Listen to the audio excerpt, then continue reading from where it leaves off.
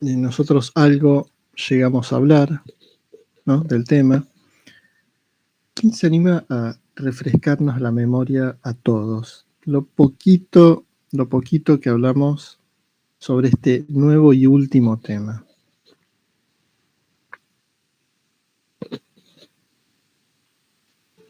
Gente, vienen con las lecturas hechas, ¿no? No se queden ahora, sí, último momento. Yo, profe. No sé de qué hablaron en la clase pasada. No, está bien. No se atrasen ahora, ¿eh? ¿Está? Bueno, y... ¿Hablamos de la clase anterior, de lo último que hablamos en la clase anterior, o hablamos de lo que dice Anderson? No, lo poquito que hablamos nosotros sobre cuando empezamos a introducir en este nuevo tema que es neoliberalismo. Yo de lo que recuerdo es que hablamos de que sucedía después de la Segunda Guerra Mundial, pero es lo que yo recuerdo.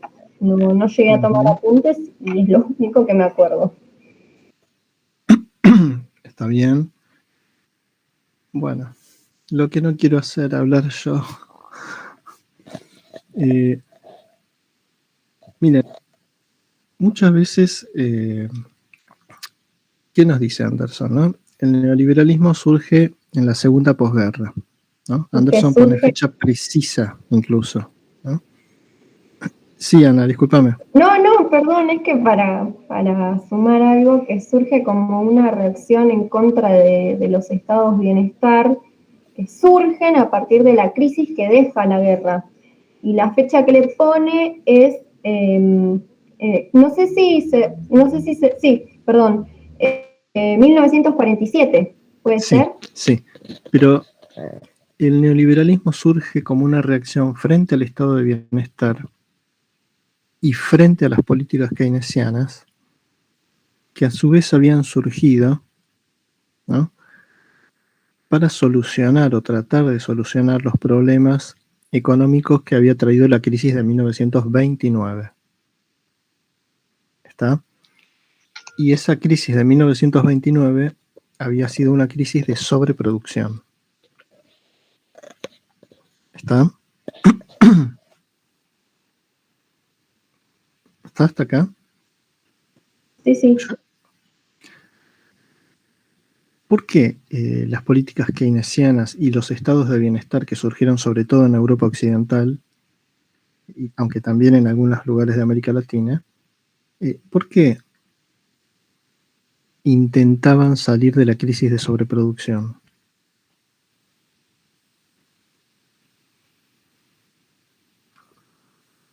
Para continuar con el ciclo económico. Sí, pero vamos a perdón, Ustedes saben que la crisis del 29 fue una crisis de sobreproducción. ¿Esto qué significa?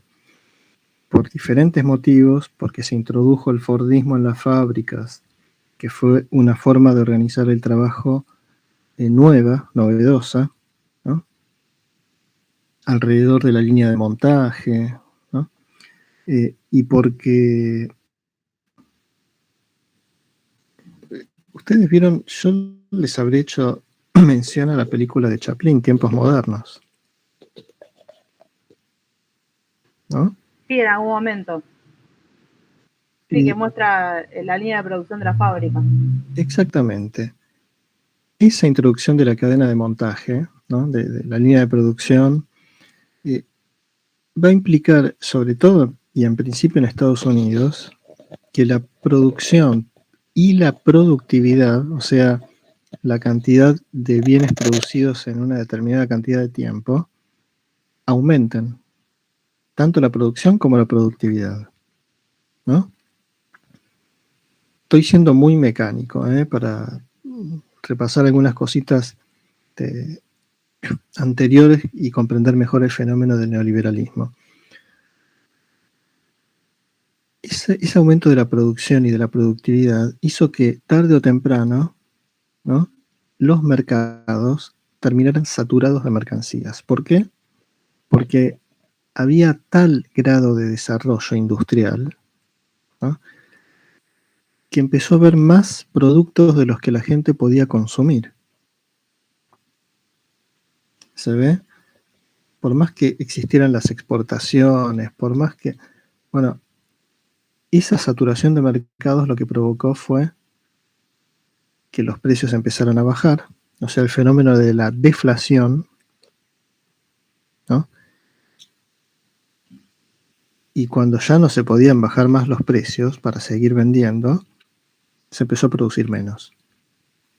Y cuando se empezó a producir menos, estas empresas que habían crecido tanto en la década de 1920 tuvieron que empezar a echar gente, porque si se producía menos ya no se necesitaba tantos trabajadores, ¿no?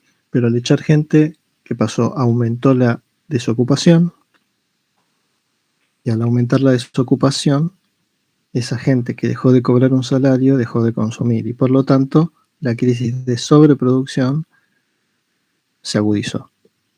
Profe, ¿esto puede ser que esté también sumado a la crisis del martes 9, el crack bursátil? Todo sí, hay muchos que hablan de... Debido a que el precio de las acciones valía 2 chauchas, y entonces empezaron a comprar mucha cantidad de acciones que hicieron estallar la bolsa. Lo que pasa es que en un momento, algunos hablan de la crisis del 29 como una crisis financiera, que lo fue, por supuesto, pero su origen, y acá hay grandes debates, ¿no?, pero su origen, dicen muchos, está en la producción, porque cuando estas empresas que venían creciendo tremendamente en la década del 20 empiezan a entrar en crisis, cuando se dan cuenta que todo lo que producen ya no se puede seguir vendiendo como antes, bueno, ahí las acciones de esas empresas empiezan a caer. Ahí es donde la crisis en la producción se traslada a las crisis en las finanzas. ¿Se entiende, Carolina? Sí, por ahí yo lo debo haber estudiado desde una visión economicista, y entonces me quedó lo de la crisis bursátil y la burbuja financiera. En algún momento lo estudié, que tenía mucho paralelismo con el 2008. Me quedó eso. Posiblemente bueno, no sea solamente el único, claro, no sea el único factor. Usualmente en las crisis financieras son multicausales, y no me acordaba de esto. Yo recordaba que era una crisis financiera por la burbuja especulativa, pero no me acordaba. Igual te repito, Carolina, para muchos claro, para muchos es solo una crisis financiera y especulativa, y para otros se origina en la producción y después se traslada a las finanzas. ¿Está? Y esto tiene que ver con las diferentes corrientes económicas, ¿no? Pero bueno, no nos vamos a meter en eso.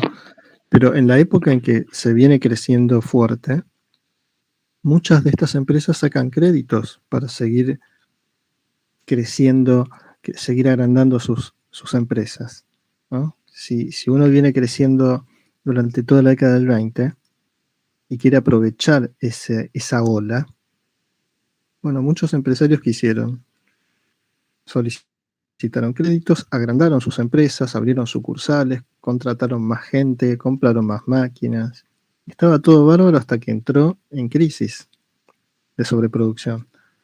Y a partir de ahí se dieron cuenta que ya no iban a poder pagar los intereses de los créditos que habían sacado. Ahí también se abre otra crisis, ¿no?, más relacionada al sistema bancario. Tuvo muchas aristas esta crisis, ¿está? Pero bueno, lo principal, por lo menos desde el planteo de Anderson, entre otros, es que es una crisis de sobreproducción. Se origina en el ámbito de la producción. Es una cadena, me parece a mí. Y después se transforma en un círculo vicioso, porque en la medida en que uno no vende, baja el precio de lo que para vender, para mantener las ventas. Pero el precio se puede bajar hasta un determinado nivel, no puede estar por debajo del costo de producción. Por eso muchas fábricas tienen que cerrar. Y las que no cierran despiden gente porque producen menos. Todo esto produce desocupación y lo que les dije. Se ahonda la crisis de sobreproducción, porque si ya era difícil vender antes, cuando crece la desocupación, se profundiza la crisis. Y ahí volvemos al inicio de la cadena, del ciclo, perdón. De nuevo, ahí tengo que volver a bajar más precios porque se vendió menos, porque creció la desocupación, después producir todavía menos, por lo tanto echar más gente y así. Círculo vicioso. Y acá es donde la teoría liberal, ¿no? La teoría liberal económica entra en crisis. Porque el liberalismo que dice, el mercado se autorregula, ¿no? Si hay mucha de un producto, el mercado tiene los mecanismos para autorregularse y dejar de producir mucho de ese producto y llevar ese capital a la producción de productos que son escasos, ¿no? O sea, el mercado se autorregula, decía la teoría económica liberal. La crisis del 29 va a demostrar que el mercado no se autorregula. ¿Está? Por eso de dejar que las leyes del mercado fluyan sin intervención del Estado entra en crisis en la década del 30. ¿No? Ahí se empiezan a aplicar políticas keynesianas, que son políticas intervencionistas, ¿no? Y en muchos lugares de Europa se empieza a construir un estado de bienestar, ¿no? Que son estados intervencionistas. ¿Se ve? Y yo les había dicho, creo, pero ahora veo el silencio y yo lo tengo anotado acá. Yo les había mencionado que el estado de bienestar había trabajado en 3 grandes áreas, ¿no? Primero como propietario de empresas, ¿no? Aquellas empresas que estaban por quebrar, muchas veces los estados las compraban y las mantenían en funcionamiento, ¿no? Compraban empresas, ¿no? Y en estas empresas, ¿qué hace el Estado? Da trabajo, ¿no? Después les comenté que todos los estados de bienestar desarrollaron una legislación laboral nueva, ¿no? Que en términos generales lo que hizo fue aumentar el poder adquisitivo de los trabajadores, ¿no? Y ahí tenemos todas las leyes típicas de un estado de bienestar. Vacaciones pagas, aguinaldo, indemnización por despidos arbitrarios o por accidentes, las 8 horas de trabajo en muchos lugares que no se había aplicado todavía, ¿no? La jubilación. ¿Se ve? Bueno, que son todas medidas, o en definitiva el establecer al Estado como árbitro en los conflictos entre el capital y el trabajo, pero con una novedad. El estado de bienestar va a tender a favorecer a los trabajadores cuando haya conflictos y no como hizo tradicionalmente el Estado, que era reprimir, ¿no? A la clase trabajadora. ¿Por qué? Y una tercera pata tenía que ver con la salud pública. ¿No? ¿Cómo? Y las leyes sindicales. Sí, la legislación laboral. Lo que acabo de mencionar, ¿no? No, y les decía, y la tercera pata tiene que ver con la salud pública, la seguridad social, la promoción de las obras sociales, la construcción de hospitales públicos, ¿no? Todas cosas que evitaban que el trabajador a la hora de enfermarse tuviese que pagar de su bolsillo al médico los medicamentos y ni hablar un tratamiento más o menos costoso y prolongado, ¿no? Con una obra social, ahora el trabajador iba a poder cubrirlo, ¿no? Y todo esto, yo les decía, ¿por qué lo hace el estado de bienestar? ¿O por qué intenta? ¿Qué es lo que intenta el estado de bienestar con todas estas medidas? Reactivar el empleo y mejorar la calidad de vida de los trabajadores. Reactivar el empleo y reactivar a través del empleo el poder adquisitivo de la clase trabajadora para que vayan y consuman en el mercado, ¿no? Un mercado que está abarrotado de mercancías. ¿Se entiende? Es una manera de salir de la crisis de sobreproducción. ¿Se entiende? ¿Está esto, gente? Sí, profe. Si yo creo empresas o mantengo las empresas que están por quebrar y a partir de ahí doy empleo, reduzco la desocupación, genero una legislación laboral que favorece el aumento del poder adquisitivo del obrero y creo un buen sistema de salud pública y promuevo la creación de obras sociales, bueno, todo eso de una u otra manera repercute en el poder adquisitivo de la clase trabajadora. Si ese poder adquisitivo aumenta, esa clase trabajadora va a poder ir a consumir nuevamente. ¿Está? Esto yo les decía, se da paralelamente a la generación de condiciones favorables para volver a acumular por parte de los empresarios, ¿no? Porque por un montón de motivos, no es solamente aumentar el poder adquisitivo de los trabajadores. ¿Está? ¿Está? Tiene que haber condiciones favorables para que el capital vuelva a invertir. ¿Está? Y muchos otros, yo les comenté en la clase pasada, plantean algo interesante, y es que de la crisis del 29 se sale definitivamente recién después de la Segunda Guerra Mundial. ¿Y por qué? Porque la Segunda Guerra Mundial implicó un nivel de destrucción tan alto, ¿no?, que bueno, después había que reconstruir todo eso. Esa reconstrucción significó producción y consumo. ¿Se entiende? ¿Está? De países enteros, ¿eh? ¿Hasta acá, gente, estamos? Sí, profe. Sí, profe. Sí. Vamos entendiendo como que las guerras es como, parece irónico, ¿no? Como que si las guerras fueran producidas para estabilizar la economía.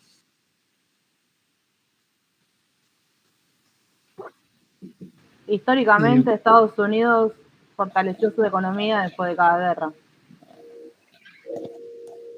Por lo menos ganó posiciones después de las 2 guerras mundiales. Cierto. Pero bueno, insisto, pensemos en países como... Bueno, hay muchísimos países que fueron arrasados en la Segunda Guerra Mundial, buena parte de Francia, Alemania misma. Rusia no la cuento porque no estaba dentro del sistema capitalista. Japón, un montón de países que terminaron destruidos, ¿no? Bueno, después hubo que reconstruir todo eso. ¿Está? Y esa reconstrucción, repito, significó una inyección, ¿no?, de recursos para producir y una inyección de consumo. ¿Está? ¿Estamos hasta acá? Sí, profe. Sí, Es profe. que siempre creo que después de la ceniza se renace. Se crece. Le pasó a Argentina en el 2001. Se Puede reconstruyó, ser. o sea, de una crisis económica que se estalló el país. Bueno, estamos en un mundo que tiene ciclos, ¿no? Y sí, no sé si... Bueno, son ciclos, yo lo plantearía de esa manera, Carlos. ¿Está? Sobre todo de una economía que depende tanto del mercado mundial como la Argentina. Pero bueno, y de algunos productos. Pero bueno, dejémoslo ahí para no... Bueno, hasta acá estamos entonces. ¿Está? Fíjense que el liberalismo económico sale muy golpeado de la crisis del 29, ¿no? Y diría más, el liberalismo político sale golpeado. Pensemos que en la década del 30 estamos en pleno auge de los totalitarismos en Europa, ¿no? Sin contar la Revolución Rusa. Así que el liberalismo está muy golpeado en ese momento. Ahora, frente a esto, ¿no? El estado de bienestar, las políticas keynesianas, que por ejemplo se aplicaron en todo el mundo, pero sobre todo en Estados Unidos, frente a esto, se alzan los liberales, después de la Segunda Guerra Mundial, diciendo que el estado de bienestar era algo perjudicial para las economías. ¿Por qué plantean esto? Sí, porque todo lo que es beneficioso para la gente es perjudicial para los grandes poderes económicos. No, para Carlos. Ramón, espera un poco, para. Tengan en cuenta, yo lo voy a dejar a criterio de cada uno, por supuesto, pero voy a marcar por lo menos la postura de Anderson, ¿no? Que es el autor que nosotros estamos trabajando.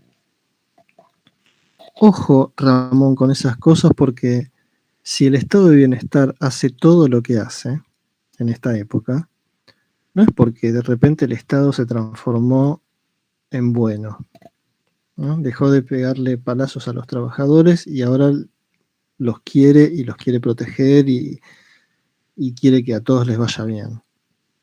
Hay que entender la lógica económica de esto, ¿tá? Si en este planteo, si el estado de bienestar protege el empleo, impulsa el poder adquisitivo de los trabajadores hacia arriba, promueve la legislación laboral, desarrolla la salud pública, etc. No se trata de que el Estado se hizo bueno, se trata de que con estas medidas se pretendía salir de la crisis del 29. ¿Se entiende la idea? Sí. ¿Está? Por supuesto que uno puede estar en contra, puede coincidir o no con esto, pero entendamos la posición de Anderson. Es proteger el sistema. Exactamente, y ahí la clase dominante es la misma que promueve todo esto. Pero de nuevo, es como dice acá Carlos, el sistema capitalista tiene que seguir funcionando. Y hoy por hoy, en este contexto de depresión, las medidas que nos convienen son estas. ¿Se ve? Pero acá no hay y que el estado de bienestar es bueno y los neoliberales son malos. Es decir, lo planteamos en esta lógica, no se entiende el planteo. ¿Se ve, Ramón? Sí, profe, voy comprendiendo que las medidas que parecen de repente sociales para la gente son, digamos, ajustes que necesita el mercado capitalista como para reactivar su economía. Sí, pero insisto, es el planteo de Anderson. Después, si uno está de acuerdo o no, hay gente que cree que sí, efectivamente, muchos estados se hicieron buenos y empezaron a proteger a sus trabajadores y que esto y que el otro, bueno. O sea, que el Estado siempre va a ser, digamos, va a tener partido por el capitalismo, más que por el socialismo. Sí, pero sin plantearlo en términos capitalismo-socialismo, plantearlo como que el Estado de repente se transformó en pro trabajador asalariado, no, tampoco, ¿se ven? Pero bueno, si esto se entendió, avanzamos. ¿Está? Ahora, ¿por qué los neoliberales están en contra del estado de bienestar? Porque quieren un mercado liberal, ellos quieren que el gobierno no intervenga en el mercado. ¿Y por qué? Está muy bien, Ramón, pero ¿por qué no quieren? Porque no quieren que les regulen las políticas. Vuelvo sobre lo mismo, Gente, escuchen. Perdón, yo lo que había notado en el apunte es que Hayek, no sé cómo se pronuncia, Hayek, convoca a esta sociedad de Pelerín, porque las acciones del Estado bienestar y las políticas keynesianas amenazaban a la libertad económica y política. No sé si iba por ahí, pero estaba eso en el texto de Anderson. Sí. Vamos a hurgar un poquito en esto que nos dice Ana. ¿Está? Fíjense, los neoliberales dicen el estado de bienestar es perjudicial. No le reconocen función alguna en el intento de salir de la depresión, ¿no? Pero quiero cerrar una idea que estaba, disculpa Ana y disculpa el resto, quiero cerrar una idea. Miren, no se trata de que los capitalistas son neoliberales y los reformistas progresistas son pro estado de bienestar. Esto, Ramón, de que no quería que le regularan, la clase dominante no quería que le regularan la economía. Ustedes fíjense este dato que les voy a dar. En la Argentina, por ejemplo, por no poner el ejemplo de Estados Unidos o de, qué sé yo, Inglaterra, Francia, ni hablar de Suecia, Dinamarca, pero fíjense en la Argentina. En la década de 1930, ¿no? Plena década infame, donde gobernaban los liberales conservadores, ¿no? Es en esos años donde se empieza a regular la economía argentina. En esos años se crea, por ejemplo, la Junta Nacional de Granos, la Junta Nacional de Carnes, ¿no? O sea, se empieza a construirse una serie de instituciones que tienen que ver con la regulación económica. Y no hablo de el peronismo, hablo de los gobiernos conservadores de la década de 1930. ¿Tá? Entonces, estos son los mismos que antes decían vive el liberalismo y el libre mercado y que el Estado no intervenga en la economía. Entonces, vuelvo sobre lo mismo. Ojo, las mismas personas de las mismas tendencias en épocas distintas pueden querer políticas diferentes, Ramón. ¿Se entiende esto? Sí, lo entiendo, y han aprovechado el momento para plasmarla y hacer las leyes. ¿Está? Entonces, ojo con esto, no es que los conservadores, ojo, la historia tiene estas vueltas que es muy importante comprenderlas. Por eso, claro, por eso es que siempre el capitalismo ha buscado ser parte dirigente en la política para poder dejar, como saben que a la larga o a la corta las políticas siempre lo van a terminar regulando, van a buscar formar parte de la dirigencia para favorecerse con dejar plasmadas leyes en beneficio de ellos. En esa época eran los mismos sectores del campo que antes buscaban el libre comercio y la no intervención estatal. En ese momento buscaron la intervención estatal y la regulación. Y cuando cambian las condiciones más adelante, van a volver a la postura anterior. ¿Está? No nos vayamos del tema. Quería redondearles ese ejemplo para terminar la idea de que, ojo, no caigamos en esas dicotomías simplistas entre el estado de bienestar progresista y bueno y los neoliberales malos y capitalistas. Los del estado de bienestar también eran capitalistas. ¿Tá? Ojo con esto. ¿Tá? Pero en determinadas circunstancias prefieren actuar de otra manera. ¿Está? Bueno, vuelvo. ¿Qué plantean los neoliberales? ¿Por qué el estado de bienestar, en definitiva, hay que acabar con él, hay que destruirlo? Primero porque dicen, y tiene que ver con esto que mencionaba Ana hace un rato. Primero porque vuelven a reivindicar la teoría económica liberal, ¿no? Estamos en el terreno de la economía, ¿no? Vuelven a reivindicar el rol que tiene el mercado para regular la economía, ¿no? ¿Y por qué dicen? El mercado, y vuelven sobre esto, el mercado puede regular la economía. ¿Qué significa regular la economía? Que una sociedad, ¿no? La mejor manera de decidir en una sociedad qué recursos y en qué cantidad se van a destinar a tal o cual producto, ¿no?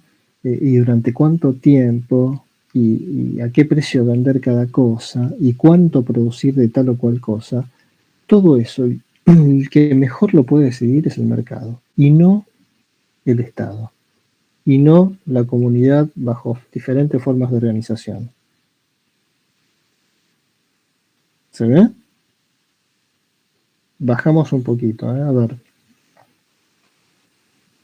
Dicen los neoliberales, siguiendo al liberalismo clásico. ¿Quién decide en una sociedad cuántos, qué sé yo, cuántos automóviles y cuántas motos vender? ¿Quién lo decide? Si fuese una economía planificada con una intervención del Estado agobiante, como era, por ejemplo, la Unión Soviética, ¿quién decidía ese tipo de cosas? El Estado. El Estado soviético decía, este año vamos a producir tantos automóviles, tantas motos, ¿no? Ellos eran los que regulaban la economía, que era una economía justamente planificada. ¿Quién dice el liberalismo y después los neoliberales? Tiene que ser el mercado. Ahora, el mercado, así en abstracto, ¿cómo hace el mercado para regular y decidir esas cosas? No es por la ley de oferta y demanda. Sí. ¿Por qué? Dicen los neoliberales. Si una sociedad, ¿no? Si una sociedad tiene necesidad y quiere muchos autos y nadie los produce, o supongamos, para no hacer que las tengan que importar, o hay una sola fábrica de autos y hay mucha demanda de autos, ¿cómo se va a saber que esa sociedad quiere muchos autos? Porque el precio de los autos que se producen, de los pocos que se produzcan, va a tender a ¿qué? ¿Subir o a bajar?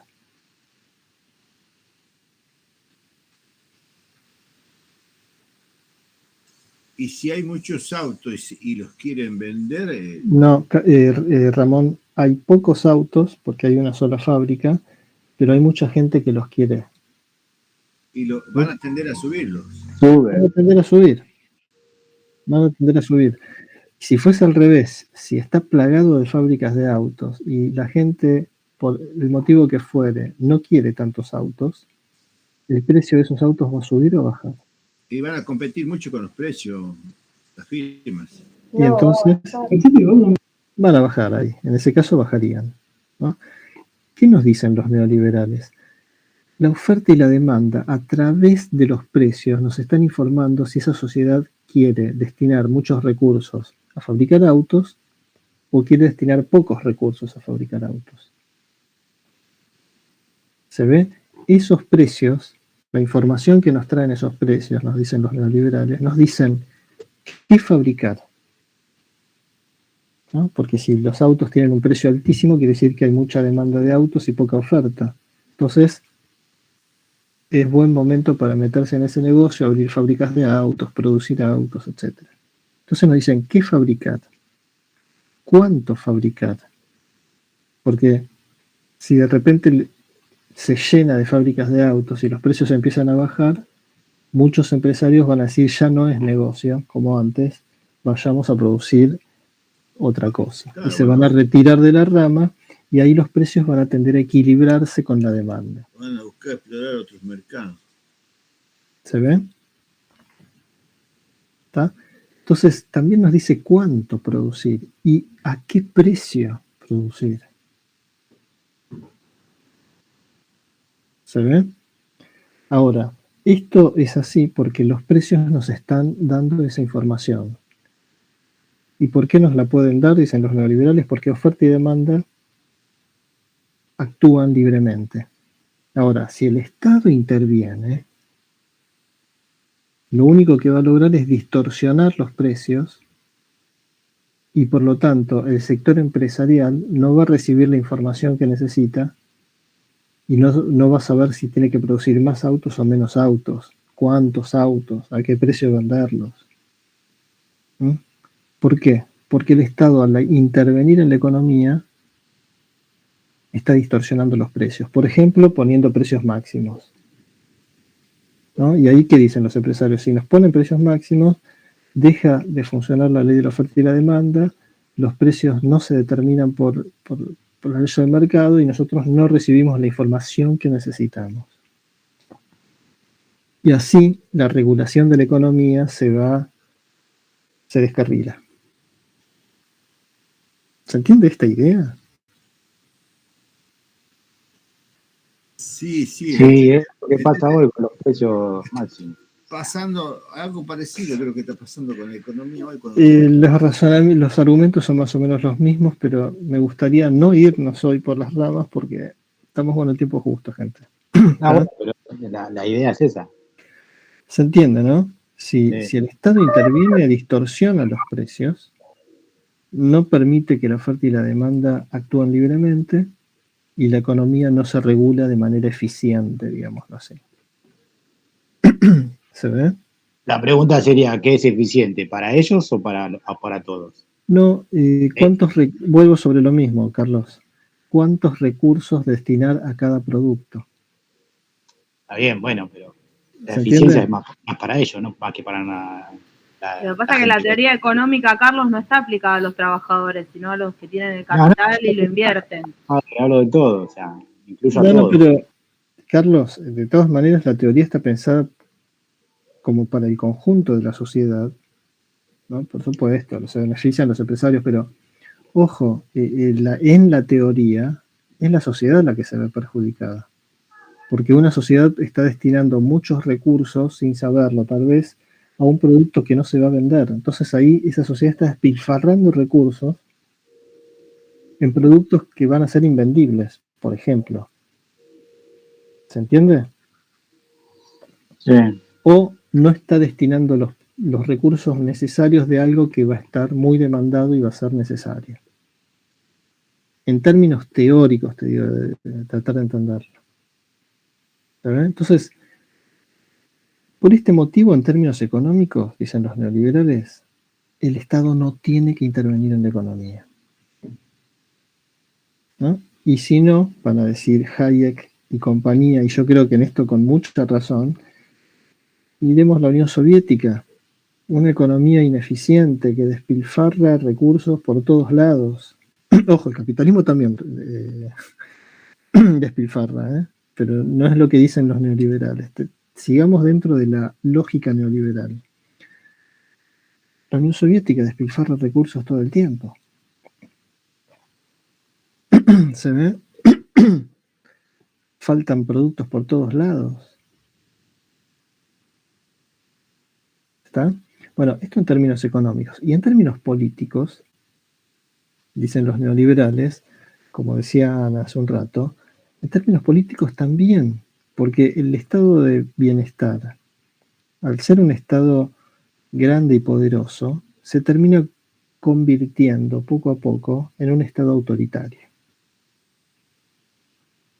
Y si no, de nuevo, dicen los neoliberales, miremos la Unión Soviética. ¿Se ven?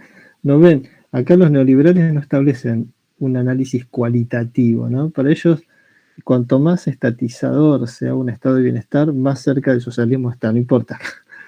Sin darse cuenta que cualitativamente las economías son distintas ahí. Una tiene una economía planificada y la otra una economía de mercado. ¿Se ve? Pero bueno, es el planteo neoliberal. Si un estado de bienestar crece, va tomando cada vez más funciones, se termina transformando en un estado totalitario. ¿Está? ¿Está acá? ¿Estamos, gente? Sí, profe. Sí, está. Avancemos entonces. ¿Está? Avancemos que... Y nos dice Anderson ya, esto no lo desarrolla mucho y por eso lo voy a explicar lo más rápido que pueda, pero cualquier cosa ustedes, cualquier duda me detienen. Dice Anderson, si uno se pone a pensar estos postulados de los neoliberales, hay dos grandes principios que tiene el neoliberalismo. ¿Está? Uno, que es este que nosotros mencionamos recién. Las leyes de mercado tienen que regular la economía. Y por lo tanto, el Estado no tiene que intervenir o tiene que intervenir lo menos posible. ¿Está? Este es el primer principio. Y el segundo principio lo menciona Anderson, es una lástima que no lo desarrolle, pero el segundo principio es la desigualdad social es un bien positivo.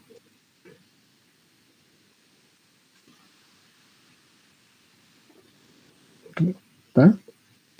Que haya diferencias sociales, aunque sean pronunciadas, que haya ricos y que haya pobres, es algo bueno. ¿Por qué plantean esto?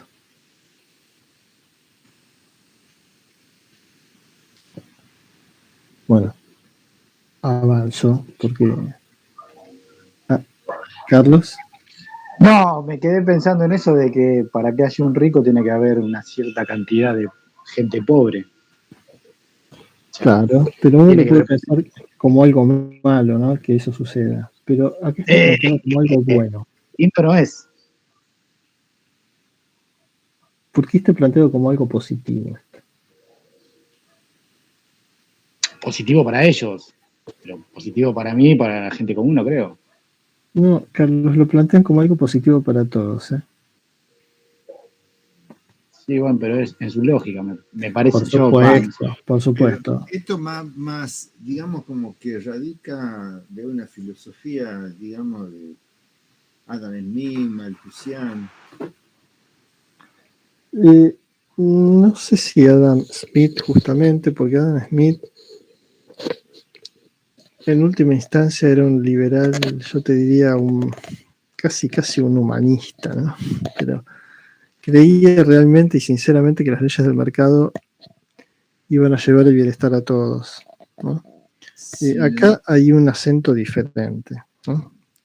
¿Qué dicen los neoliberales? Dicen, es muy importante y es muy beneficioso para una economía que haya ricos y que haya pobres, a pesar de todo lo negativo que significa la pobreza, ¿no? Todas las situaciones horribles que genera. Pero ¿por qué esto tiene que ser así? Porque dicen los neoliberales, si frente a un barrio muy carenciado, que tiene necesidades de todo tipo, si el estado de bienestar, si el Estado se transforma en un estado de bienestar y va a ese barrio y lleva ayuda, ¿no? Alimentos, nosotros hoy diríamos planes sociales, ¿no? Becas para los estudiantes que tienen problemas y no pueden ir al colegio. Bueno, ¿qué pasa con esa gente? Dicen los neoliberales.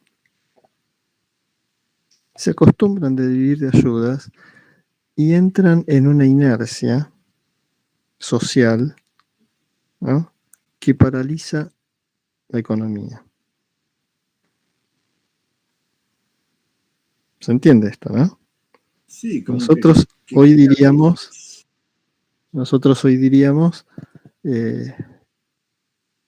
hay planeros, ¿no? El Estado los sigue, gente que vive de arriba de planes sociales, digámoslo así, ¿no? Esto es perjudicial. Sí, porque no quieren saber nada de trabajar. A mí me tocó caso de hablar con gente que... Bueno. En cambio, dicen los neoliberales, si uno les quita toda ayuda, esa gente que no tiene nada va a empezar a preocuparse, va a salir a buscar trabajo, va a tratar de superarse, si consigue un trabajo malo, va a tratar de calificarse y superarse y encontrar después otro mejor. El que le falte calificación me estudiará, ¿no? En fin, todo ese movimiento, dicen los neoliberales, va a ser más dinámica la economía y la va a hacer crecer. Y en definitiva va a ayudar y favorecer a todos. ¿Se entiende, Carlos? No, sí, yo la lógica neoliberal la entiendo, o sea, digamos, en el gobierno anterior le decían los emprendedores, o sea, emprendedores entre comillas, o sea, ponía una parrillita en la calle y era un emprendedor para algunos diputados nacionales. Lo que pasa que, o sea, el que piensa de esa lógica, que una persona, sea cual fuere, pueda vivir con un plan social o pueda subsistir con un plan social, No, pero Carlos, más es una allá... lógica, o sea, a ver, no sé qué decirlo, o sea, No, yo muy... te entiendo y comparto lo que decís vos, Perdón. pero yo creo que hay que, cuando uno pone estos argumentos sobre la mesa en una discusión, son muy difíciles de rebatir, porque nadie puede discutir que franjas enteras de la población vivan de ayuda. Es una degradación de todo tipo, ¿no? No es beneficioso para nadie. ¿Se entiende?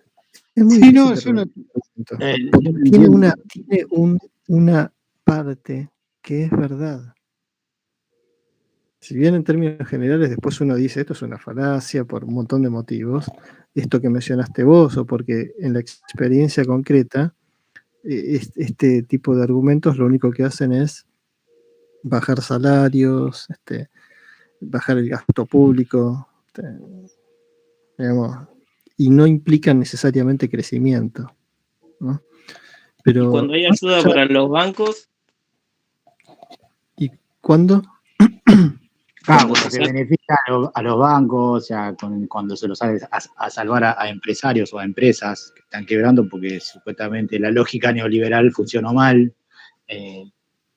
Bueno, pero fíjense esto. Si vamos al caso, hay muchos empresarios que vivieron de la teta del Estado. Es más, el expresidente vivió de la teta del Estado desde hace décadas. Escuchá, Carlos. A eso voy yo ya. Cuando se los ayuda a ellos, no. Cuando se los ayuda a los necesitados, por ahí. Pero, es malo. Carlos, a ver si nos entendemos. Yo estoy de acuerdo con todo lo que decís y es real. ¿tá? Pero lo que quiero primero es que entendamos el razonamiento. ¿tá? No, yo no entiendo el razonamiento, pero me parece un más allá de las razonamiento incoherencias que tengan algunos neoliberales, más allá de las incoherencias que puedan tener, por ejemplo, esto que mencionaba Miguel, entender la lógica. es una lógica inhumana, profe. Está bien, estoy de acuerdo. Estoy de acuerdo. Pero entendamos cómo razona esta gente. Para después entender otras cosas que vamos a ver. ¿Se ve? Si uno se pone a pensar, Miguel, neoliberalismo en sentido puro, casi que ni en Estados Unidos, ¿no? Porque fíjense todo lo que el Estado destinó a determinadas áreas, por ejemplo la militar, y no debería dejar todo en manos del mercado, ¿no? Pienso en la época de Reagan, por ejemplo, ¿no? Pero bueno, entender esta lógica, ¿tá? Que tiene una parte de su razonamiento que es verdadero. ¿tá? Y que por eso a veces es muy difícil rebatir. ¿Está? Sí, porque dentro de todo guardan cierta lógica. Mira, sí, bueno, listo, creo que está aclarado igual. Avancemos. Entonces recuerden estos dos principios. ¿Tá? Por supuesto, nos dice Anderson, cuando el neoliberalismo surge, no deja de ser algo propio de círculos muy reducidos, sobre todo académicos, ¿no? En términos generales, la dirigencia política no les prestaba mucha atención porque piensen que en la segunda posguerra hubo un crecimiento tal vez como nunca lo había habido en el capitalismo, ¿no? Del 55 al 73 fue una época de crecimiento espectacular, ¿no? Con políticas keynesianas, con estados de bienestar. Entonces, los neoliberales venían con este discurso y no, es como que no tenía correspondencia con la realidad. ¿Se ve? Y los gobiernos y las dirigencias políticas no les prestaron atención. Recién con la crisis del 73, nos dice Anderson, recién ahí se les va a empezar a prestar un poco más de atención. ¿Está? Crisis del 73, crisis distinta a la del 29, no es de sobreproducción. ¿Está? En la crisis del 29 había deflación, o sea, baja sostenida en el nivel de precios. En la del 73 hay inflación, suba sostenida en el nivel general de precios. ¿Está? En la del 73 hay recesión, no hay crecimiento económico. ¿Por qué se produce la crisis del 73? ¿Qué nos dice Anderson?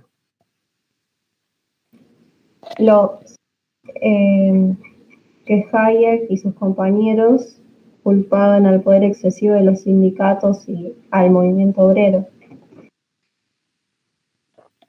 ¿Y por qué? Está muy bien, Ana, ¿eh?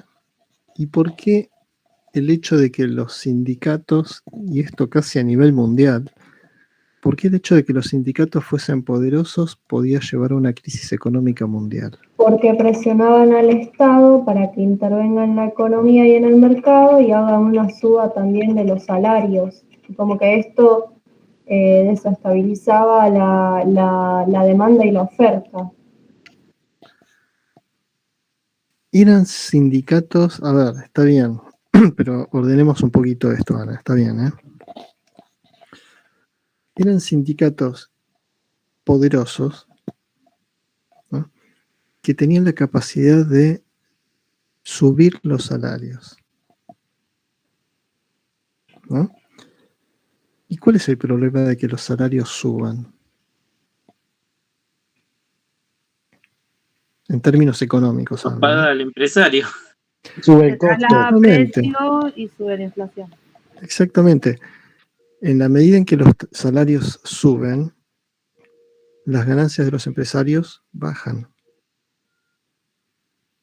¿Está?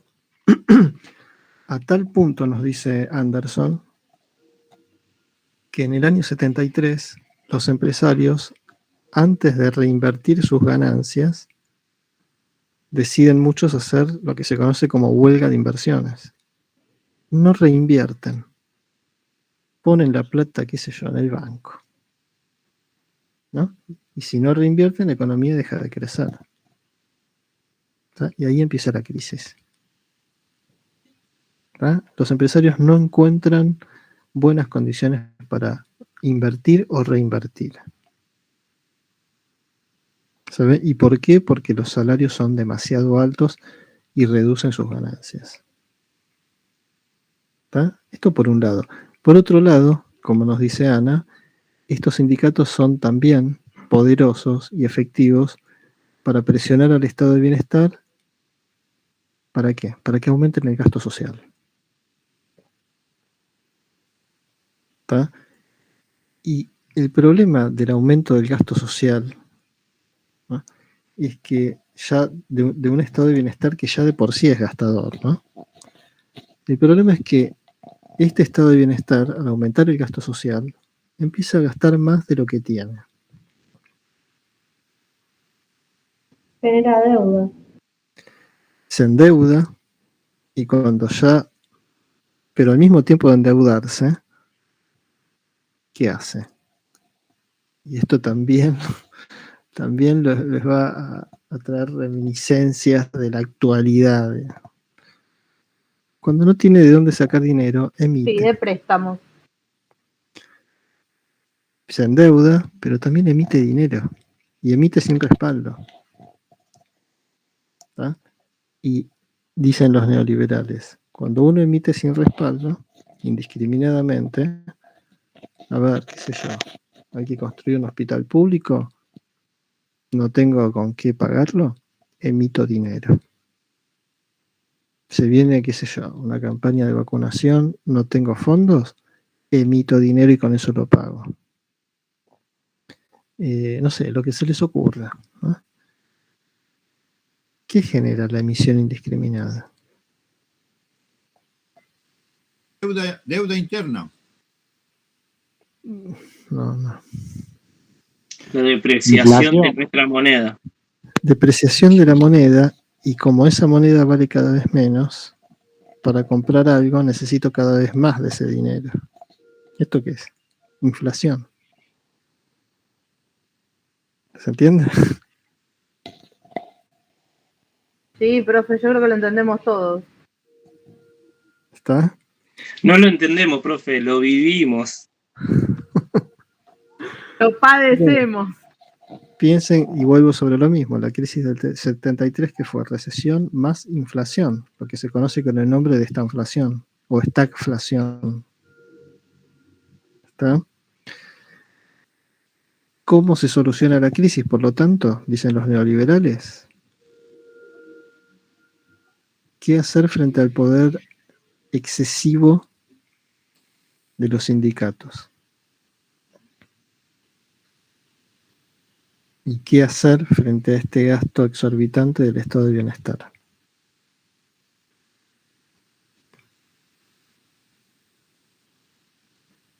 Es atacar las raíces del problema, les digo, ¿eh? Destruir el Estado. No.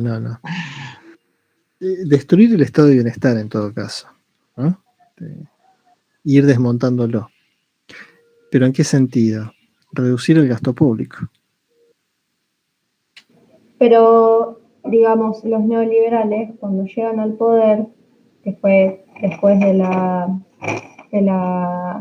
crisis del 73, hay, digamos, distintos modelos, como el inglés, el de Estados Unidos, y, por ejemplo, el modelo inglés sí es, digamos, o sea, reduce el gasto público, pero el de Estados Unidos, al contrario, hace mucho gasto público y más que nada en armas. En armas, exactamente. Sí. No, pero voy a esto. Pero igualmente, digamos, lo de Estados Unidos era porque ya venía de un poder consolidado, diferente a lo que pasaba en Europa. Igual te aclaro una cosa, Ana. Lo que dice Ana tiene más que ver con el territorio geográfico y la población que tiene. No, mira, te aclaro algo, Ana. Porque tiene la maquinita de los dólares. Ese es el problema. No, bueno, aparte, sí. Aclaro algo. Miren, en Inglaterra, ¿no?, hubo un estado de bienestar muy, muy poderoso, muy fuerte, muy desarrollado. Pero Estados Unidos nunca construyó un estado de bienestar. Siempre se limitó a las políticas keynesianas, ¿no? Algo de regular la economía, algo de dirigirla, pero no se construyó nunca en Estados Unidos un estado de bienestar, ¿no? Por eso cuando hace unos años, ¿cómo se llama? Obama intentó construir un muy moderado sistema de salud, ¿no? Sí, el Obamacare. Fue como, para algunos, un escándalo, era como salirse de la tradición norteamericana, ¿no? Pero fíjense, algo muy, muy moderado, y fue como algo novedoso, como los más conservadores decían qué va a ser de nuestras empresas de salud, ¿no? Bueno, pero nunca Estados Unidos tuvo un estado de bienestar. En este sentido, digamos, no tuvo que recortar mucho. ¿Se entiende, Ana? Sí, nos dice Anderson. Entiendo, sí. Sí nos dice Anderson y muchas otras personas que Reagan fue consecuente, salvo por una cosa, este gasto en armas, ¿no? Este gasto del Estado en todo lo que tiene que ver con la carrera armamentista. Pero bueno, hay que entenderlo en el marco de la... Sí, y además del de que también calentamiento hacen ese gasto para hacerle la competencia y destruir a la Unión a Soviética. la Unión Soviética, exactamente. Claro, sí. Pero si sacamos eso, Estados Unidos nunca tuvo, desde el punto de vista de un estado de bienestar, nunca tuvo gasto público como pudo tenerlo Inglaterra u otros países europeos. ¿Se ve? Pero bueno, vuelvo. Entonces, frente al excesivo gasto público, lo que van a proponer los liberales es la típica que ustedes ya escucharon, reducir el gasto público. ¿Está? Y frente al poder de los sindicatos, ¿qué van a proponer los neoliberales?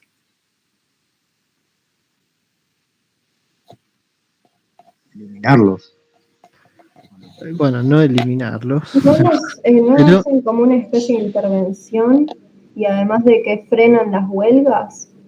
Claro, debilitarlos sería, ¿no? Tener una política antisindical muy fuerte, como la tuvo, por ejemplo, Margaret Thatcher, Reagan mismo, y en general la mayoría de los gobiernos neoliberales. ¿Está? Al debilitar los sindicatos, se logra de manera casi directa bajar los sueldos.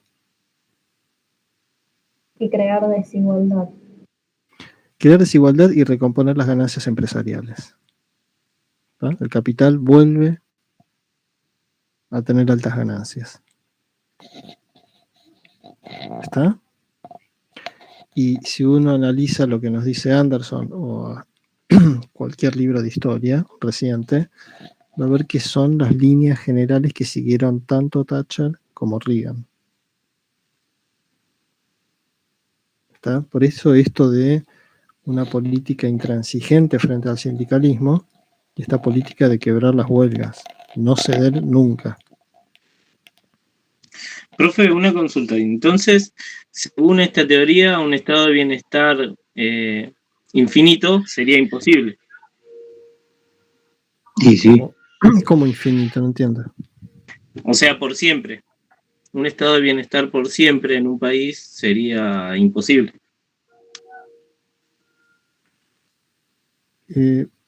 Pero según qué teoría, no entiendo, ¿la neoliberal? Claro. La que está hablando Anderson.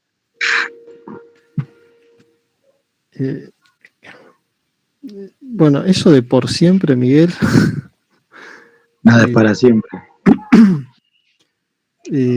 No es viable, dirían los neoliberales. ¿Se entiende? No es viable.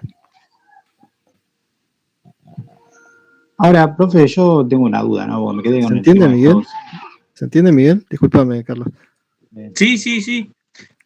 Para mí es así como lo dice usted, que no sería viable por siempre. No es que lo digo yo, es lo que dicen los neoliberales. Un estado de bienestar no es viable, perjudica la economía y la lleva a una crisis. Okay. Nos manejamos con lo que dice Anderson sobre los neoliberales. ¿Está? Profe, Okay. consulta. Los únicos Espera que Carlos quería preguntar algo, Ramón. Sí, los únicos que podrían mantener una economía... Ramón, para que Carlos quería preguntar algo y yo lo interrumpí justo. Decime, Carlos. No, yo me quedé enganchado cuando usted dijo que Estados Unidos no tuvo un modelo social. Pero yo tengo entendido que Estados Unidos tiene tiene un programa social bastante amplio, o sea, con tarjetas, los seguros sociales y todas esas cosas. Seguro de desempleo en realidad, me parece. Yo creo que hay una especie de estado de bienestar ahí inmerso oculto por ahí. No, yo lo que veo son paliativos, pero no un estado de bienestar. Estado de bienestar lo ves en Inglaterra, ni hablar de los países nórdicos, ¿no? Tipo Noruega, Sí. Suecia, Dinamarca, bueno, eso es ni hablar, pero Francia mismo tuvo un estado de bienestar, Italia. Sí.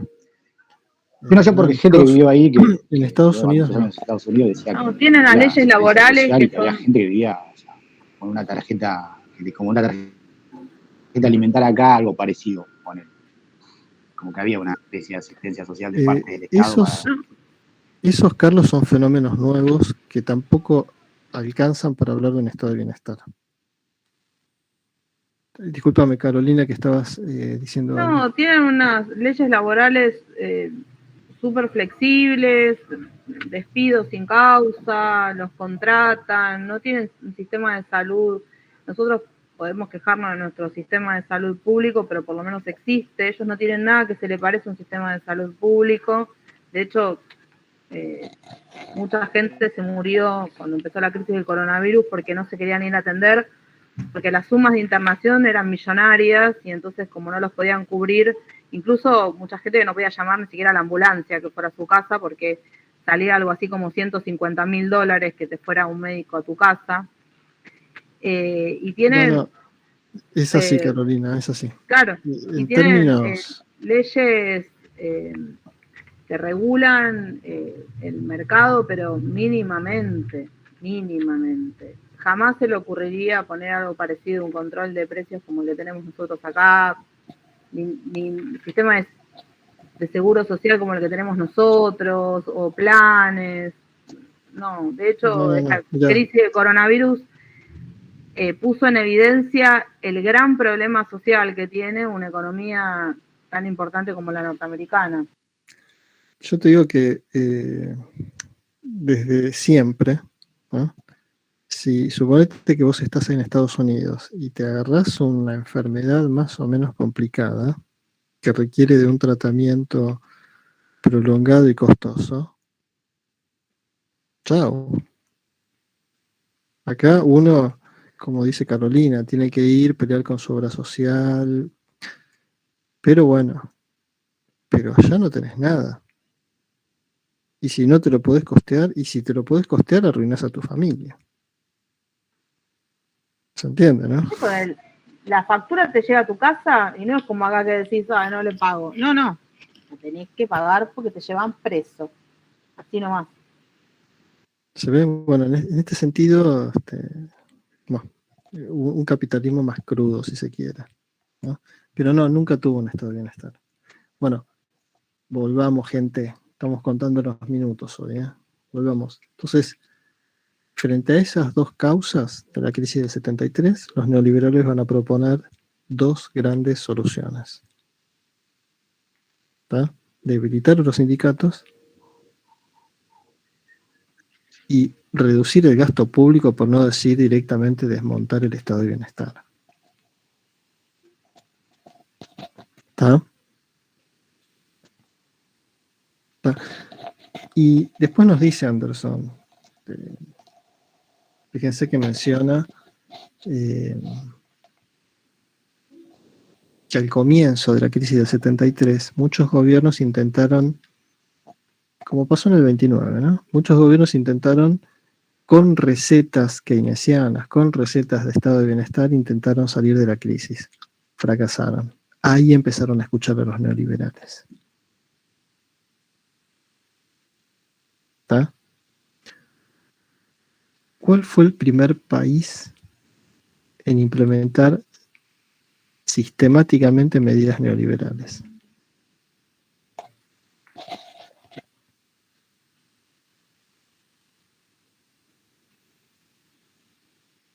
¿Inglaterra no fue?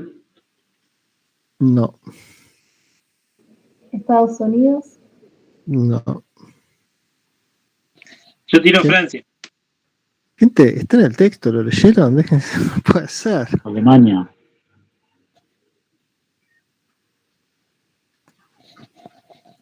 fue el primer país? Estaba adivinando. Chile, gente. Yo no, Muy bien, yo no lo Federico. leí, profe, no lo leí. No, Me declaro me empiezo a dar cuenta. Gente, ojo. Dice Anderson, hubo una prueba piloto en 1973 con el gobierno de Pinochet en Chile. ¿Tá? En el primer mundo, sí, Inglaterra. ¿Tá? O sea, entre los países industrializados, el primero fue Inglaterra. Pero en el mundo, el primer país fue Chile. Claro, porque Thatcher entra al gobierno en el 75. 79. Ah, no sé entonces qué leí. 79. ¿Está? Ahora, si uno recuerda esas dos soluciones que proponen los neoliberales, e incluso más, les digo, si uno recuerda los dos principios del neoliberalismo que mencionamos al comienzo, van a ver que todas las medidas que toma Thatcher en Inglaterra tienen su correspondencia en esos principios y en esas dos grandes soluciones a la crisis del 73. ¿Qué medidas tomó Thatcher? Que las enumera Anderson. La emisión monetaria, el aumento de tasas de interés. Ana, sí. para. ¿Emisión monetaria a qué te referís? No, perdón. Emisión monetaria no. No sé por qué lo tengo anotado ahí. Pero empieza con el aumento de tasas de interés. Y después habla de la reducción de impuestos a los ingresos altos, la abolición del control financiero, Vamos por la primera. Vamos por la primera, que no estaba mal. Anderson habla de emisión monetaria, pero dice, de las primeras medidas que toma el neoliberalismo es restringir la emisión monetaria. ¿Tá? ¿Y por qué hacen esto los neoliberales? Para evitar la inflación. Para evitar la inflación. Y además porque al reducir el gasto público no necesitan ya emitir tanto dinero. Restringen la emisión y de esta manera, nos dice Anderson, frenan la inflación. Y todos los gobiernos neoliberales, o casi todos tendremos que decir, casi todos los gobiernos neoliberales de la época lograron frenar la inflación. ¿Está? Después suben las tasas de interés. ¿Esto qué significa?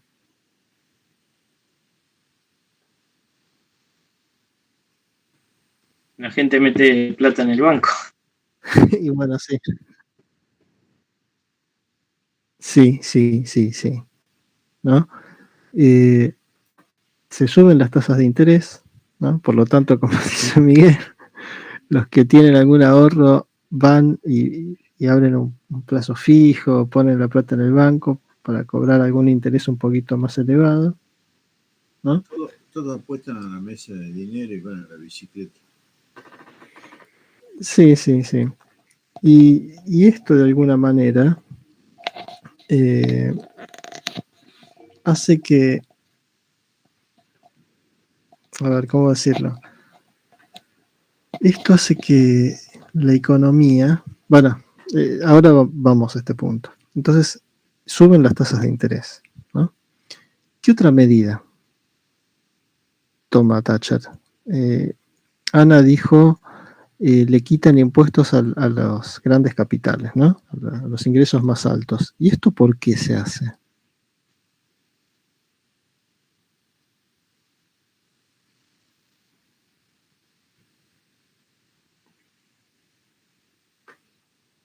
Una pregunta sencilla, gente.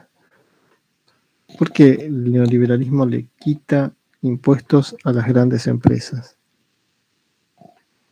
Para Porque que es una sigan. manera de no intervenir en el mercado. Es una manera de no intervenir en el mercado. Y Ana, que no te escucha. No, no sé si también tendrá que ver para que sigan invirtiendo y generar más ganancias sin que esté la traba de tener que pagar por tener esas ganancias. Claro, aumentan de esta manera las ganancias empresariales, ¿no? Y es una manera, como dice Ana, de generar condiciones para los buenos negocios. O sea, con menos impuestos los empresarios van a invertir más. ¿Está? Se generan las condiciones para un nuevo ciclo de acumulación, digámoslo así. ¿Está? ¿Qué otra medida toma Margaret Thatcher? Las políticas antisindicalistas. Sí, esto más que una medida es como una línea de gobierno, ¿no? Una línea antisindical pronunciada. Fíjense que destruye la legislación que venía de la época del estado de bienestar. La va destruyendo poco a poco, ¿no? Entonces, toda esa legislación de las indemnizaciones por despido, por accidentes de trabajo, por las 8 horas, ¿no? Todo de a poquito se va desmontando. ¿Ah?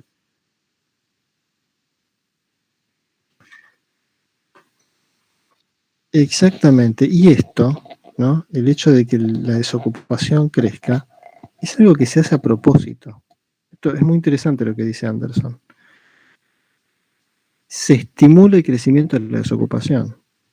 Porque, y esto para los que alguna vez leyeron el artículo de Astarita, que es el capitalismo, lo recordarán. Cuando crece el desempleo en una sociedad, una de sus consecuencias más importantes es que el nivel general de salarios tiende a bajar. Esta es fija, ¿no? Cuando crece el desempleo, los salarios tienden a bajar. Por la sencilla razón de que el empresario tiene con qué extorsionar a sus trabajadores, ¿no? Para planchar el salario. Se ve y el argumento es, bueno, si no te gusta este sueldo, hay 200 personas que estarían dispuestas acá a trabajar por menos que eso.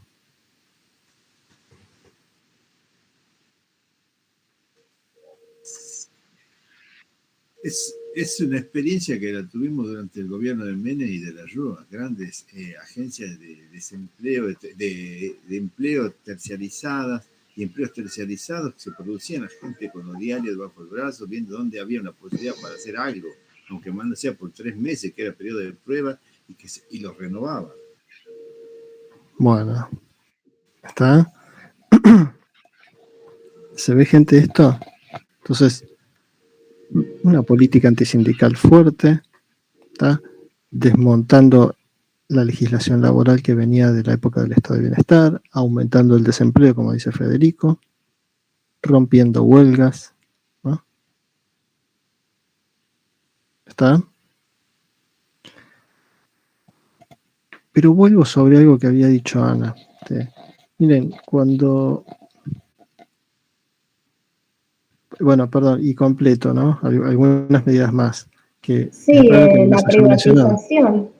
La privatización, algo típico de todo gobierno neoliberal, ¿no? Y acá la idea también es, el Estado no tiene por qué ser propietario de empresas. No tiene que intervenir en la economía, ni siquiera como empresario. ¿Está? Ni siquiera como manteniendo el empleo, nada. ¿De quién parte esa teoría?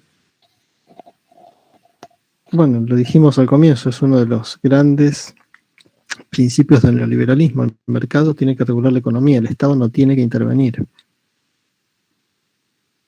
¿Está? Ahora, si el Estado es propietario de empresas, está interviniendo en la economía. Y obviamente, porque si el Estado interviene en la economía, le está poniendo a ellos, digamos, techos, porque no los deja hacer monopolios en la, digamos, en la producción. Sí, o puede distorsionar los precios con la producción que que hace, ¿no? Puede jugar en el mercado, en definitiva. ¿Se ve? ¿Está, gente? Hasta acá estamos. Pero Sí, bueno, también lo que dice es quita las trabas a los flujos financieros. Esto significa que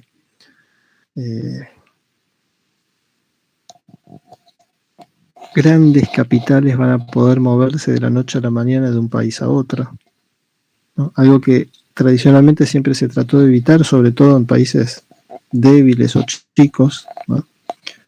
Porque estos flujos bruscos pueden crear desequilibrios grandes en la economía.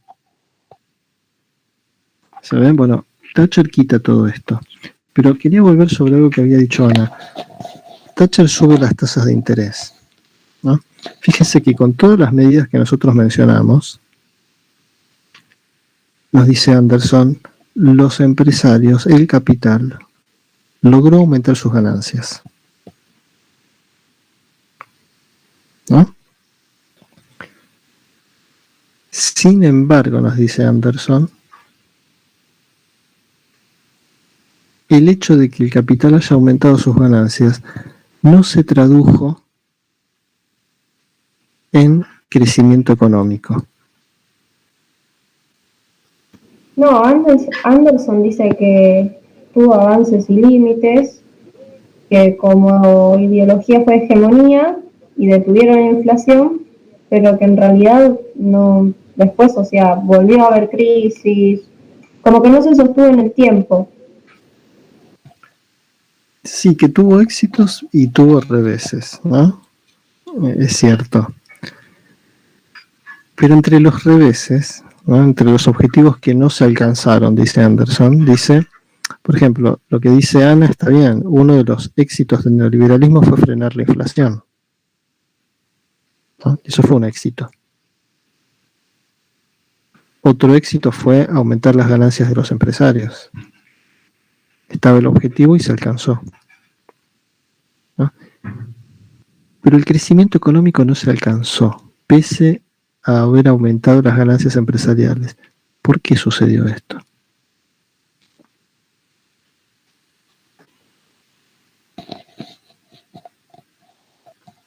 Porque no hubo producción, porque trabajaron todos los empresarios con sus capitales en la mesa de dinero. Bueno, creo que si bien la terminología no es la del autor, creo que es como dice Ramón, porque no es que no haya habido producción, ¿no? Lo que dice Anderson es los grandes capitalistas seguían produciendo. Incluso habían aumentado sus ganancias. Pero, nos dice Anderson, esas ganancias no las reinvertían en sus fábricas. No, porque no hubo una inversión productiva, había una inversión especulativa. Exactamente, ¿no? Cuando los empresarios, cuando los dueños de las grandes empresas recibían sus ganancias, dice Anderson, no las reinvertían en la producción, produciendo más, comprando más máquinas, agrandando sus empresas. Eso hubiese generado crecimiento económico. Sin embargo, lo que hicieron, como dice Ana y Ramón antes, fue tomar esas ganancias y no volcarlas de nuevo al circuito productivo. Las pusieron en los bancos para especular. ¿Por qué? Porque había altas tasas de interés. ¿Se entiende? Ahora, poner la plata en el banco para que me dé un interés no genera crecimiento económico. En cambio, si hubiesen reinvertido en la producción esas ganancias, ahí sí, porque había que comprar más materias primas, más bienes de capital, contratar más gente, alquilar nuevos lugares para agrandar o abrir alguna que otra sucursal. Se genera un movimiento económico ahí. Pero poner la plata en el banco para especular, no. ¿Se entiende esto? Entonces se produce esta paradoja, dice Anderson. Las ganancias de los empresarios crecen, pero las economías no crecen. Sí, algo parecido como pasó acá con la venta de los Levac. Bueno, no podría asegurarlo y discúlpame Ramón, pero por el tiempo vamos a seguir, ¿está? ¿Esto se entiende, gente? ¿Hasta acá? Sí. ¿Se ve? Yo creo que es muy interesante el planteo de Anderson. Es criticable también, ojo, ¿no? Porque puede dar, si uno no toma los recaudos necesarios, puede dar la impresión de generar esta dicotomía falsa entre capitalismo productivo bueno, capitalismo especulativo malo, ¿no? Cuando en realidad hay una relación entre los dos sectores. ¿Se ve? Los que se ponen a especular en definitiva son los que producen también. ¿Se entiende esto, gente? Sí. ¿Está? Porque hubo un discurso, por lo menos lo escuché hace unos años, ahora ya no es tan fuerte, como que bueno, el capitalismo que producía industrial era el bueno y el capitalismo especulativo era el malo. Bueno, no es, quiero creer y creo, el planteo de Anderson, ¿no? Anderson dice los mismos que especulaban son los que producían. ¿Está hasta acá, gente? Sí. Sí, ¿Está? sí. ¿Dudas o preguntas hasta acá? ¿Algo que haya quedado no tan claro? Algo. No podemos preguntar porque es cortito el tiempo. Vamos a dedicarle un par de minutos y vamos a entrar en la recta final, Ramón. Así que es el momento si tenés alguna duda.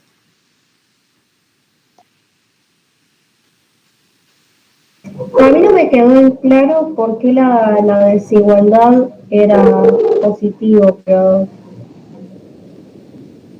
Bueno, mira, es un punto muy importante, Ana. Porque el planteo neoliberal dice que si el Estado va a ayudar a los sectores postergados, ¿no? Tratando de que salgan de la pobreza, lo único que logra es conformismo social, porque transforma en conformista a estas personas que se acostumbran a recibir plata del Estado. ¿Se entiende? y no salen a trabajar y qué sé yo, ¿no? En cambio, dicen los neoliberales, si el Estado no los ayuda, esas personas van a salir solas a buscarse el pan, a buscar trabajo, a mejorar su calificación, en definitiva, a poner en movimiento la economía. O te roban. ¿Se entiende, Ana? Sí, se entiende. Bueno, ¿Se sí, por eso. Tiene que ver con esta idea de que la ayuda, ¿no? La ayuda constante por parte del estado de bienestar, hace que esas personas entren en una inercia y no se esfuercen después por mejorar o por... ¿Se entiende? Se conforman con lo que tienen, con lo que el Estado les da. ¿Está? Perfecto, sí. Por eso dicen, cuando una economía entra en ese estado de inercia, chao. ¿Está? Por eso no tiene que haber ayuda de ningún tipo para que esa economía se dinamice y empiece a crecer. ¿Entiende esta idea? Sí, se entiende. ¿Está? ¿Alguna otra duda, gente?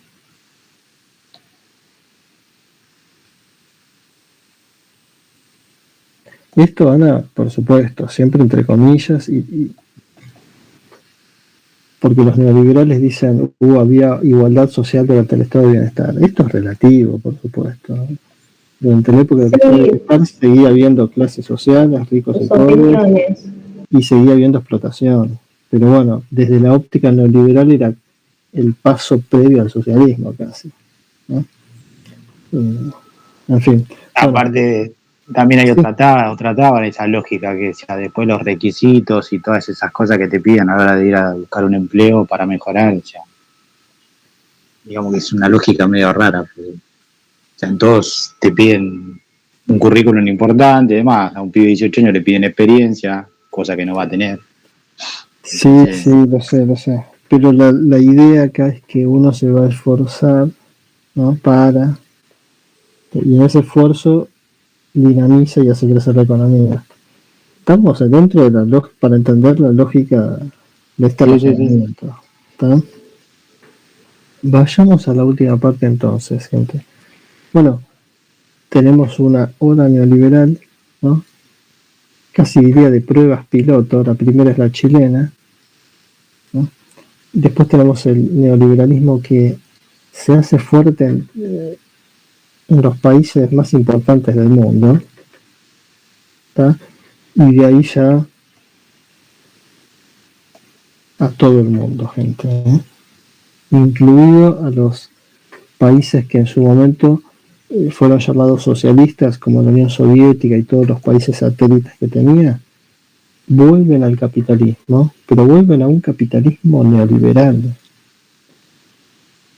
¿Tá? No es que entre el capitalismo en Rusia y el resto de Europa, pero es un capitalismo keynesiano del estado de bienestar. No, un capitalismo duro directamente.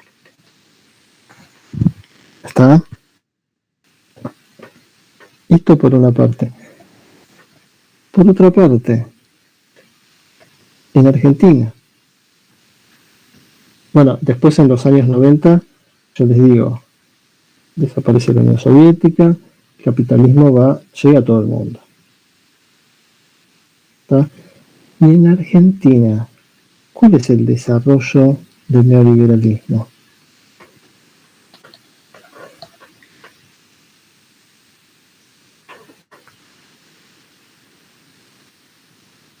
A partir de la dictadura. A partir de la dictadura. La dictadura militar es el primer gobierno que logra exitosamente implantar un modelo neoliberal, ¿no? Después viene Alfonsín, que intenta revertirlo en por lo menos el primer año, no lo logra, y después el gobierno debilitado se mantiene en esta línea neoliberal, pero sin mucha capacidad de hacer cosas, porque ya estaba muy debilitado, entonces no llama mucho la atención. El que va a venir después, Menem, es el que completa, si se quiere, la obra de la dictadura. ¿Está? Menem lo profundiza, me parece, con las privatizaciones. Por supuesto, sí, por supuesto. Por eso completa, ¿no? ese primer empujón que había dado la dictadura. Sí, Ana. Perdón, a mí lo que no me cierra, que tiene que ver con los neoliberales, es que, por ejemplo, en 1976 la Junta Militar comienza un proceso de desindustrialización. Pero para que haya un neoliberalismo, o sea, un capitalismo con un neoliberalismo, ¿no hace falta una industria? No. Ana. No. Listo, no me quedaba eso en claro, porque como el capitalismo está tan de la mano con las fábricas y la industria, etcétera, pensé que, pero no está bien. Mira, a ver, ¿qué hacen lo voy a explicar brevemente. ¿Qué hace el gobierno militar? ¿No? Fíjate que son todas medidas neoliberales, ¿no? El gobierno militar dice, tenemos que destruir ustedes saben que el gobierno militar inaugura un nuevo modelo económico en el país, ¿no? Sí, basado en importaciones. Bueno, en términos muy esquemáticos podemos decir que de 1880 a 1930 está el modelo agroexportador, de 1930 a 1976 el modelo de industrialización por sustitución de importaciones, y a partir del 76 tenemos un modelo, llamémosle neoliberal, ¿no? Y que algunos dicen que llega hasta el día de hoy. ¿Qué hacen los militares? Empiezan a desmontar el estado de bienestar, ¿no? Empiezan a limitar la actuación del Estado en la economía. Vos fíjate que el hecho de que permitan las importaciones, ¿qué significa? El Estado no tiene que intervenir. O sea, el Estado no tiene por qué poner barreras aduaneras, impuestos aduaneros a las mercancías que entran de afuera. Les quitan esos impuestos y claro, el país se llena de productos importados. Pero acá, ¿cuál es la idea? El Estado no tiene que intervenir. Que la oferta y la demanda decidan todo. Y si acá hay industrias que no pueden competir con los productos que vienen de Hong Kong, Taiwán y todos los 7 tigres asiáticos de aquella época, son ineficientes y tienen que bajar las persianas. Pero el Estado ya no va a poder más proteger con su intervención a buena parte de la industria argentina. ¿Se entiende? Es bien neoliberal, ¿eh? El Estado se tiene que hacer a un lado y dejar que la oferta y la demanda decidan todo. Si acá tenemos una fábrica de bicicletas ineficiente que saca una bicicleta, supongamos, a 100 pesos y viene una bicicleta de Taiwán que cuesta 40, bueno, el mercado decidirá cuál de las dos empresas sobrevive. Pero el Estado ya no puede proteger más, no puede intervenir más.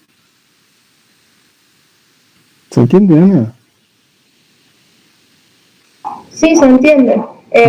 La o sea, la lógica respuesta sería el mercado competitivo, que por eso se produce la desindustrialización. claro, en todo caso, vos fijate, que también tiene su coherencia. En todo caso, los neoliberales van a decir, en Argentina tiene que sobrevivir las empresas que sean realmente competitivas. ¿Cuáles son? ¿En qué es competitivo Argentina? En lo único que es casi competitivo. En el agro. Y bueno, fue lo que más se desarrolló desde el 76 a esta parte. ¿Se entiende? Todo lo demás que no sea competitivo, chao. Sí, Ramón. Justamente eso le estaba por comentar. Si con la apertura de las importaciones, no se puede, o sea, la industria nacional no puede competir con los precios que vienen de China, por ejemplo. Eso ¿qué es lo que implica? A que la industria tenga que cerrar y produce desocupación nuestra industria y estamos destruyendo la economía nuestra. Por lo menos un sector de la economía que para los neoliberales es ineficiente. ¿Está? Entre paréntesis, que la industria argentina es ineficiente y no es competitiva, no es necesario que lo diga un neoliberal. No es ningún pecado reconocerlo. Pero de ahí a barrerla de un plumazo, en lugar de tratar de poco a poco adaptarla y hacerla más eficiente, eso es otra cosa. Eso ayuda también a deteriorar los salarios. Sí, claro. ¿Está? Pero entonces fíjate, Ana, que acá la lógica es que el mercado decida. El Estado se tiene que ir corriendo, tratando de intervenir cada vez menos. ¿Se ve? Que haya industria o que no haya, es secundario. El tema es que el mercado regule. Y el mercado lo que está diciendo es, hay que producir, bueno, hoy diríamos soja, carne, girasol, maíz, algunas 2 o 3 cosas más y listo. ¿Se ve? Sí, se ve. ¿Está? Y la cuestión de la industria quedará para los países que son eficientes en Japón, Estados Unidos, Alemania, Inglaterra, Francia. Bueno, nosotros somos eficientes en esto. ¿Ah? Es bien neoliberal. Pero lo que quería decir antes de olvidarme es que si bien los militares son los primeros en implantar medidas neoliberales de manera sistemática,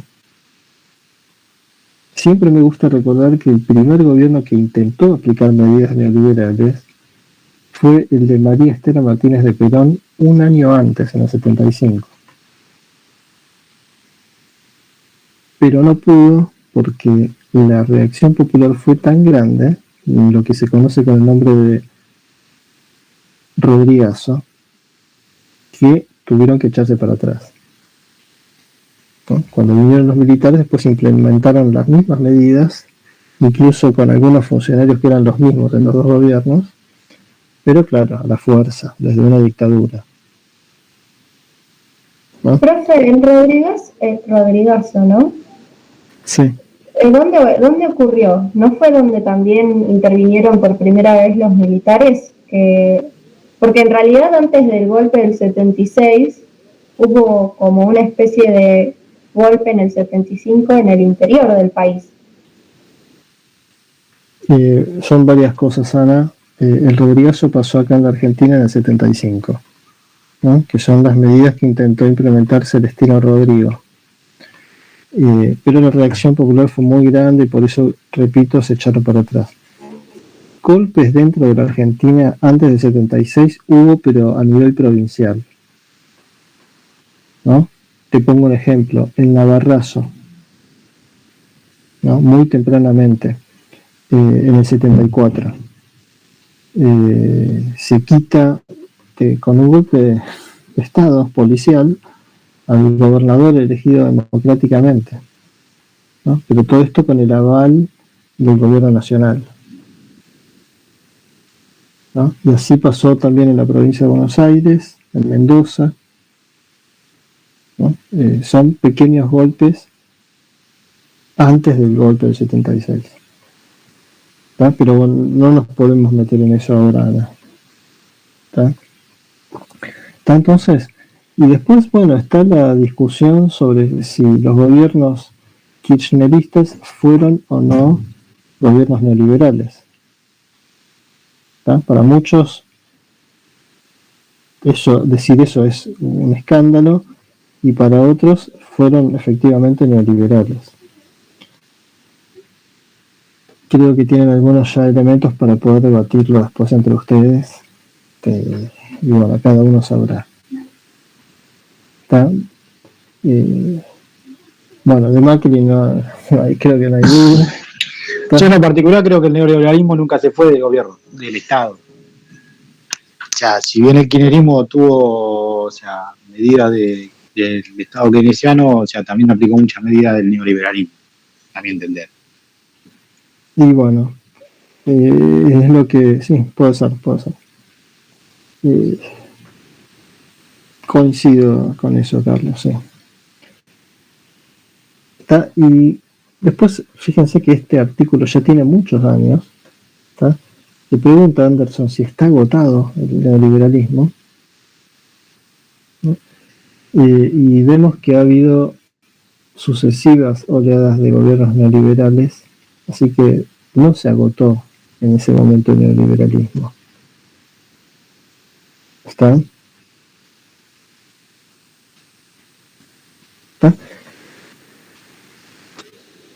Sí, está. Bueno, miren, fue un poco las apuradas, siempre mirando el reloj, ¿está? Quedan dudas, gente, quedan preguntas sobre este tema. Fíjense que es como una vuelta de tuerca sobre la vieja teoría liberal, ¿no? Lo que pasa es que mientras el liberalismo, y por eso yo les mencionaba a Adam Smith, tenía una visión, si se quiere, no digo ingenua, sino optimista acerca de que el liberalismo iba a llevar a toda la humanidad a una era de progreso, de bienestar. En el caso del neoliberalismo, esta filosofía ya no está.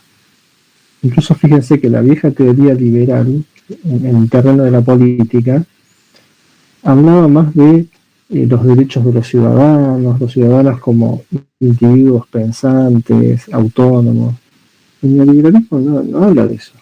Habla en todo caso de consumidores, productores, de esa mirada, llamémosle humanista, está ausente en el neoliberalismo, mucho más crudo.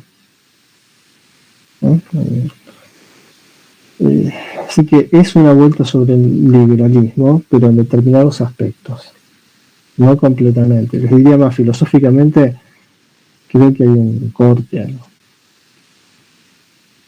¿Está? Bueno, ¿alguna duda o pregunta de lo que conversamos hasta acá, gente? No. No, profe, no. Ojo, gente, los que no leyeron, no se confíen, no alcanza con la clase, yo ya les digo, tienen que venir con las lecturas hechas. ¿Tá? Lo estoy diciendo el día que vemos el último tema, fíjense, lo repito. Y bueno, miren, gente, si no hay más dudas, terminamos con el último tema del año. ¿Tá? Cuando nos veamos la próxima clase va a ser más bien para hablar sobre cómo va a ser el final y ese tipo de cosas. ¿Tá? Pero hoy cerramos la cuestión de contenidos. ¿Tá? Y no lo quise dejar afuera este tema, me parece que es importante, ¿no? Son cosas que se viven cotidianamente, se hablan y se conversan, y me parecía bueno que tuviesen mayores precisiones sobre este tema y no... en fin, esperemos que haya servido. Bueno, recuerden, gente, un poquito más tarde yo les voy a enviar las consignas del segundo trabajo práctico. ¿Ah? Como les dije, muy parecido al primero, ¿no? La forma, van a tener más o menos 5 o 6 días para hacerlo. Traten de hacerlo en grupo, creo que de esa manera se enriquece mejor el trabajo. ¿Tá?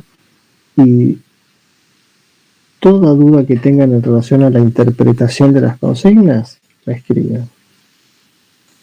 ¿De acuerdo? Yo lo antes posible trataré de corregir y enviarles los trabajos prácticos corregidos y bueno, como en el primer.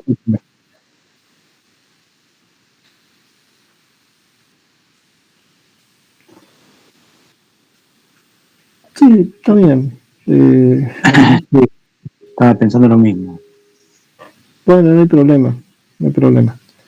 ¿Cuántos? A ver.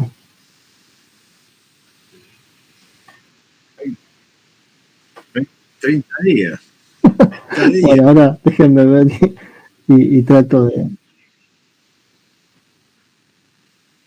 Bueno, listo. Después me fijo y... Te negociamos Bueno. cualquier número, profe. Está bravo negociar, ¿eh? Y arranque el debate. No, yo enseguida les dije que sí, no tengo problema. Pero bueno, listo, dejémoslo acá. No hay problema. Bueno, gente. Abierto. Dejémoslo acá. Terminemos por hoy. No se queden estamos ya en la última parte, así que hagan el último esfuerzo y que todo tiene que ver, después todo va a influir en el examen final, así que hagan lo mejor que puedan el trabajo. ¿Está bien? Bueno, gente, si no hay más dudas, les dejo un saludo, ¿tá? Les estoy enviando eso en un rato y bueno, la próxima clase hablaremos del final. ¿Está?